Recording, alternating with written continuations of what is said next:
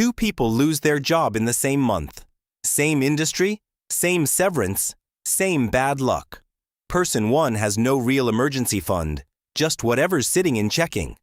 3 weeks in, rent is due, and the only real money they have is invested. The market happens to be down 20% that month. They sell anyway. They have to. Person 2 has exactly one number sitting in a separate account, untouched. They pay rent from that. Their investments, they don't even open the app that month. I'm Frank. On this channel, we don't chase getting rich fast. We do the math on getting wealthy slowly. Same emergency. Same bad timing. Completely different outcome because of one number, calculated one way instead of guessed. I call it the $20,000 rule. Today, we're doing the exact math behind it, and the two ways almost everyone gets it wrong. Every financial creator says the same vague thing. Have 3 to 6 months of expenses saved. Nobody tells you the actual number. So people either guess low, guess high, or just don't do it. Here's the real calculation. Not 3 to 6 months of your lifestyle. 3 to 6 months of your essential expenses. Rent or mortgage. Food. Utilities. Insurance. Minimum debt payments. The stuff that doesn't stop if your income does.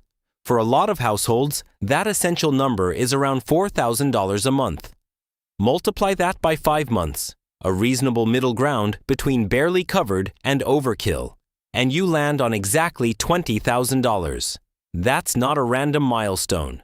That's the actual output of a real formula, your essential monthly expenses, times the number of months until you're confident you'd find new income. If your essentials are higher, your number is higher. If they're lower, it's lower. 20,000 is simply where the math lands for a very common household, which is exactly why it makes a useful example. The rule isn't save $20,000. The rule is calculate your number. Stop guessing. Here's why getting this wrong is so expensive. Not the emergency itself. What the emergency forces you to do. Say you have zero cushion, and an emergency hits during a downturn, a 20% drop, which happens more often than people think. With no cash buffer, your only option is to sell investments. Not at a good time, at the worst time, because that's when emergencies happen to show up.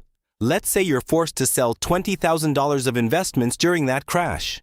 That money is gone from your machine forever. It doesn't just lose 20%. It loses every year of compounding it would have earned for the rest of your life. Run that $20,000 forward 20 years at 7%, completely untouched, and it becomes $77,394. That's the real cost of not having the rule in place. Not the emergency. Not even the 20% drop. The $77,000 your future self never gets, because your present self had no separate account to pull from. The emergency fund was never about the emergency. It's about protecting the machine from ever being touched. Now, the mistake on the other side, the one nobody warns you about, because it feels responsible. Some people, scared by stories like the one you just heard, overcorrect. They keep way more than they need sitting in cash. $50,000, $80,000. Just to be safe. That feels like protection. It's actually a second, quieter leak. First leak, where you keep it. $20,000 sitting in a traditional savings account, earning 0.5%, versus a high-yield savings account earning 4.5%. Over 5 years, that's a $4,400 difference for doing absolutely nothing except choosing the right account. Second leak, the bigger one, keeping extra money in cash that doesn't need to be there. Say your real number is $20,000, but you're sitting on $30,000 of excess safety. Invested at 7% instead, over 20 years, that excess would have grown to over $116,000. Left in cash instead, even in a good high-yield account, about $72,000. That's a $43,000 gap just from overprotecting yourself. The rule cuts both ways. Too little, and one emergency costs you $77,000. Too much, and safety itself quietly costs you $43,000. So how do you get this right? Not too little, not too much. 3 moves. Move 1. Calculate your actual number. Add up your essential monthly expenses, the ones that don't stop if your income does, and multiply by somewhere between 3 and 6 months based on how stable your income feels. Write down that number. That's your rule now. Not 3 to 6 months in the abstract, an actual dollar figure. Move 2. Park it somewhere it can still work, just safely. A high-yield savings account or a money market fund keeps your money liquid, available within a day or two, while still earning 4 to 5% instead of nothing. This alone is free money for doing one 5-minute account switch. Move 3. Treat the number as a wall, not a suggestion. Once that account hits your number, stop adding to it. Anything extra goes to investing, not stacking more cash. And just as importantly, once it's funded, it's the only thing you touch in an emergency. The investing machine stays completely off limits, no matter what happens in the market that month. Let's put the whole rule on screen. Essential expenses, times 3 to 6 months, kept in a high-yield account as a hard ceiling, not a moving target.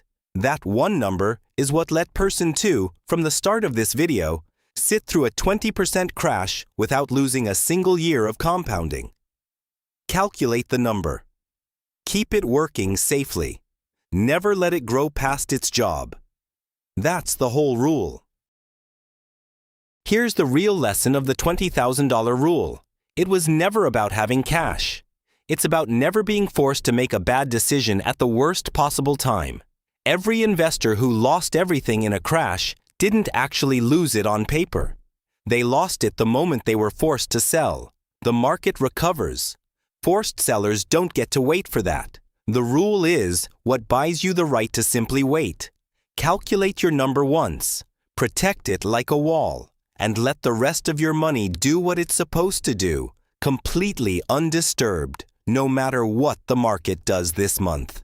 Now, there's one more number quietly draining people every single month, hiding in plain sight in something almost everyone finances without doing the math: the car payment. That's the next video. If you've ever wondered whether your emergency fund is actually the right size, subscribe. This channel is built for exactly that question.